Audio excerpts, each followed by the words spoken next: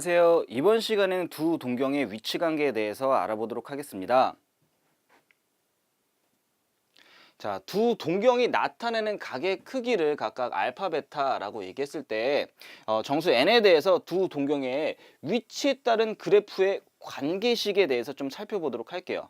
그래서 이 동경이 만약에 일치한다라고 얘기했을 때 얘가 이제 알파 값이라고 얘기했어요. 그랬을 때 일치한다라고 얘기했으니까 얘가 지금 OP 플라임 이 반직선이 두 개가 일치한다라는 거잖아요. 이 베타를 어떻게 나타낼 수 있냐면 일반각으로 얘는 EM파이는 그냥 무조건 써주신다라고 생각해 주시면 돼요.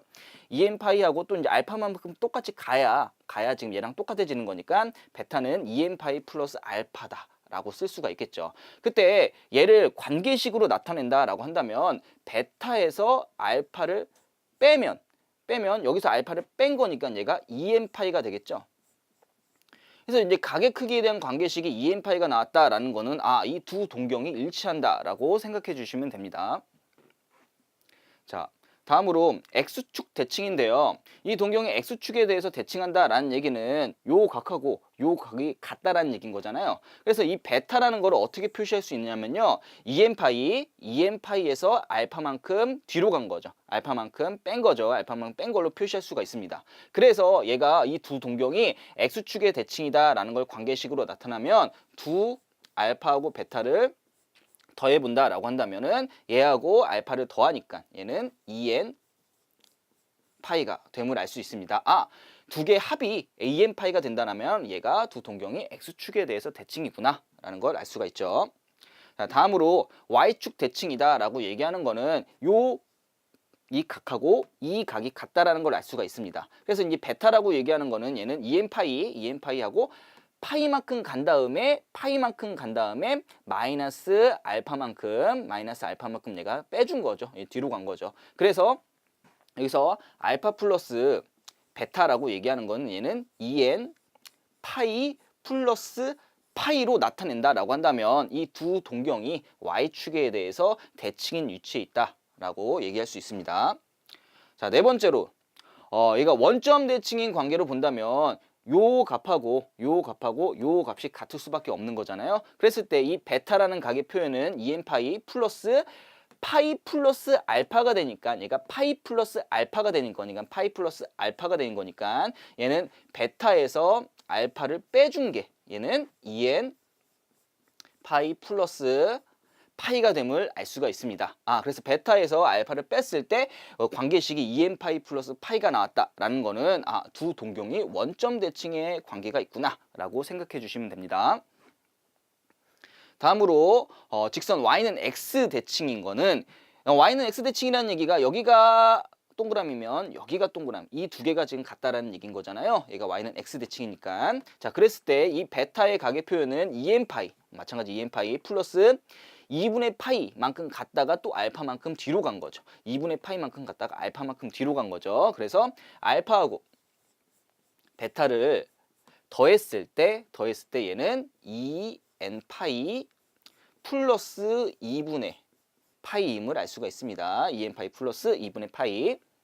자, 다음으로 y는 마이너스 x 대칭을 살펴보면 이 각하고 얘가 지금 똑같아야 되는 거니까 이 각하고 같음을 알 수가 있겠죠. 자, 그럼 베타 각의 표현을 보면 베타는 2n파이 간 다음에 2n파이 하고 플러스 2분의 3파이만큼 간 다음에 또 뒤로 이제 알파도만큼 간 거죠. 2분의 3파이까지 간 다음에 알파도만큼 간 거예요. 그래서 알파하고 베타를 더하면 얘는 2n파이 플러스 2분의 3파이라는 관계식이 나오면 이 두 동경의 위치가 y는 마이너스 x에 대해서 대칭이다라는 걸 알 수가 있는 거죠.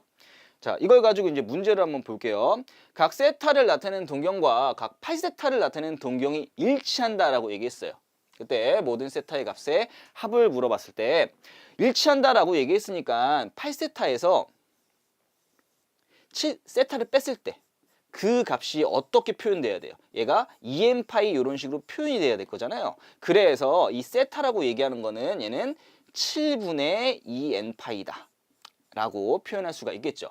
근데 여기서 세타의 범위가 나왔단 말이에요. 그래서 얘는 세타라고 얘기하는 거는 7분의 2n파인데 2n파인데 얘는 파이보다는 크고 2파이보다는 작다라고 나왔어요. 그래서 얘를 파이 없애주시고 그 다음에 양변에다가 이게 7분의 2니까 2분의 7을 곱해준다라고 한다면 2분의 7을 곱해준다라고 한다면 얘가 2분의 7이 됐고 여기는 n만 남겠고요. 그 다음에 얘는 2분의 7인 거니까 얘가 2분의 얼마가 돼요? 7이 되는 거죠. 이렇게 7. 그럼 얘가 3.5가 되니까 n 값이 될 수 있는 거는 n은 4 또는 5 또는 6이 될 수가 있는 거죠.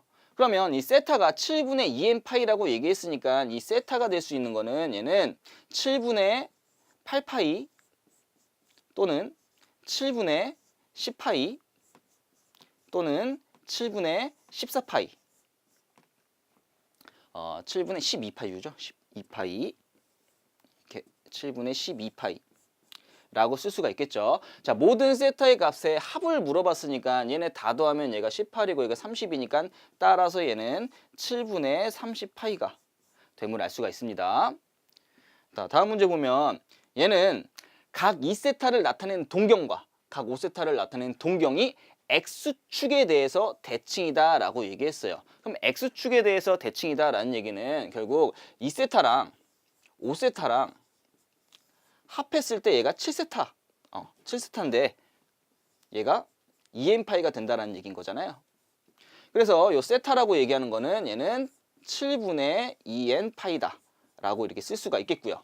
또 여기 세타의 범위가 나왔으니까 이 세타라고 얘기하는 거는 7분의 2n파인데 7분의 2n파인데 얘는 0보다는 크고 파이보단 작다라고 쓸 수가 있어서 얘 쥐어주고 또 7분의 2를 곱한다라고 한다면 얘는 0보단 크고 n은 얘가 2분의 7보다 작다라고 얘기할 수 있겠죠. 그래서 지금 n값은 1 또는 2 또는 3이 나오는데 각 세타의 개수를 구하라고 얘기했으니까 여기다 1, 2, 3을 다 집어넣으면 세타가 값이 나오는데 굳이 이제 개수만 구하라고 했으니까 개수는 총 3개가 되겠죠.